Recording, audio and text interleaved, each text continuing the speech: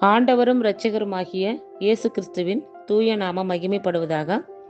Mark எழுதின சுவிசேஷம் 7ஆம் அதிகாரத்தில் 31ஆம் வசனம் முதல் 37ஆம் வசனம் வரையிலான வேத பகுதியை நாம் இப்பொழுது தியானிக்க இருக்கிறோம். மறுபடியும் அவர் தீரு சீதோன் பட்டணங்களின் எல்லைகளை விட்டு புறப்பட்டு தெக்கப்போலியின் எல்லைகளின் வழியாய் கலிலிய கடலருகே வந்தார். அங்கே கொன்னைவாயுடைய ஒரு செவிடனை அவரிடத்தில் கொண்டு வந்து அவர் தமது கையை அவன் மேல் வைக்கும்படி வேண்டிக் கொண்டார்கள்.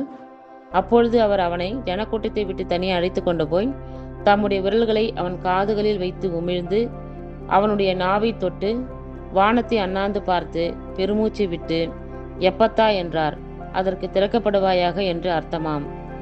உடனே அவனுடைய செவிகள் திறக்கப்பட்டு அவனுடைய நாவின் கட்டும் அவிழ்ந்து அவன் செவ்வையாய் பேசினான்.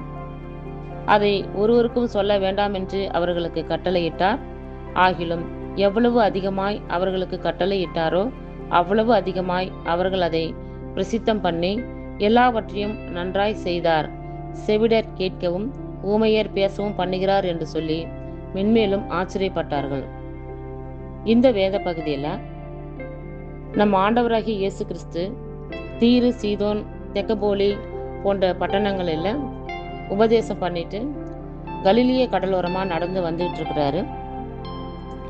அப்போ ஒரு செவிடு மற்றும் திக்கி பேசுகிறவர் ஒருத்தர் அவரிடத்துல கூட்டிகிட்டு வராங்க. கூட்டிகிட்டு வந்து ஆண்டவரே உங்கள் கையை அவன் மேலே வைங்க, அவன் சுகமடைவான் அப்படின்னு சொல்லி அவர்கிட்ட வேண்டிக்கிறாங்க. அப்போது இயேசு என்ன பண்ணுறாருன்னா அவனை தனியாக கூட்டிகிட்டு போய் தன்னுடைய விரல்களால் அவனுடைய காதுகளை தொட்டு உமிழ்ந்து அவன் நாவையும் தொட்டு வானத்தை அண்ணாந்து பார்த்து பரமபிதாவை நோக்கி ஜெபம் பண்ணி எப்பத்தா அப்படின்னு சொல்றார். எப்பத்தா அப்படின்னா திறக்கப்படுவாயாக அப்படின்னு அர்த்தமா. அப்படி அவர் தன்னுடைய விரல்களால் அவனுடைய நாவையும் அவனுடைய காதுகளையும் தொட்ட உடனே அவனுடைய காதுகள் நல்லா கேட்க ஆரம்பிச்சிடுது.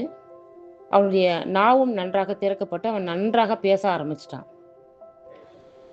அவர் ஆண்டவர்கிட்ட ரொம்ப சந்தோஷத்தோட ஐயா எனக்கு நல்லா காது கேட்குது, என்னால் நல்லா பேச முடியுது அப்படின்னு சொல்லி ரொம்ப சந்தோஷப்படுறான்.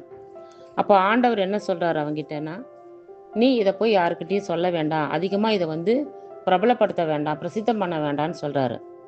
ஆனால் அவர் எந்த அளவுக்கு சொன்னாரோ அதை விட அதிகமாக எல்லா இடங்களுக்கும் போய் இந்த மாதிரி நான் ஆண்டவர்கிட்ட போனேன், என்னை அவர் பேச வச்சுட்டாரு, என் காதுகளை நல்லா கேட்க வச்சுட்டாருன்னு சொல்லி அதை அதிகமாக போய் எல்லா இடத்துலையும் போய் சொன்ன உடனே மக்கள் எல்லாரும் அதை கேட்டு ரொம்ப ஆச்சரியப்படுறாங்க.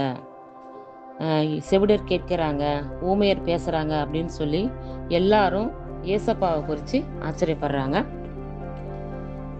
மார்க் எழுதின சுவிசேஷத்தில் நம்ம 4 பகுதிகளாக பார்த்தோம். முதல் பகுதிகளில் எதை பார்த்தோம் அப்படின்னு சொன்னாக்கா, மனிதர் கர்த்தர் நமக்கு கொடுத்த கற்பனைகளை கையை விட்டுட்டு மனிதர்கள் கடைபிடிக்கக்கூடிய வெறும் பாரம்பரியத்தை மட்டும் நம்ம கடைபிடித்து கொண்டு வருகிறோம். உண்மையிலேயே கர்த்தர் நமக்கு கொடுத்த கட்டளைகளை மதித்து நம்ம நடக்கிறதில்ல, அதை மீறுறோம். பாரம்பரியம் என்ற பேரில் அதை மட்டும் தான் நம்ம கடைபிடித்து கொண்டு வருகிறோம் அப்படிங்கிறத முதல் பகுதியில் நம்ம பார்த்தோம். 2வது பகுதியில் ஒரு மனிதனுடைய உள்ளத்திலிருந்து வரக்கூடிய அந்த சிந்தனைகள் பொல்லாதவைகளாக இருக்கிறது. அவன் வாயினால் சாப்பிடக்கூடிய எந்த சாப்பாட்டாலையும் அவன் தீட்டுப்படுறதில்ல, ஆனால் அவனுடைய உள்ளத்திலிருந்து வரக்கூடிய பொல்லாத சிந்தனைகளால தான் அவன் தீட்டுப்படுகிறான் அப்படிங்கிறத 2வது பகுதியில் பார்த்தோம். 3வது பகுதியில் ஒரு கானானிய பெண்ணுடைய விசுவாசம், ஆண்டவரிடத்துல அவள் வைத்திருந்த விசுவாசத்தை குறித்து நம்ம பார்த்தோம். அடுத்ததாக பார்த்த ஒரு விஷயம் என்னவென்றால், ஒரு கொன்னைவாயுடைய, அதாவது திக்கி பேசுகிறவர், அதே சமயத்தில் அவருக்கு காதும் கேட்காது, அவரை குணப்படுத்துகிறார். இந்த விஷயங்களெல்லாம் நம்ம மார்க் எழுதின 7ஆம் அதிகாரத்தில் நம்ம பார்த்தோம்.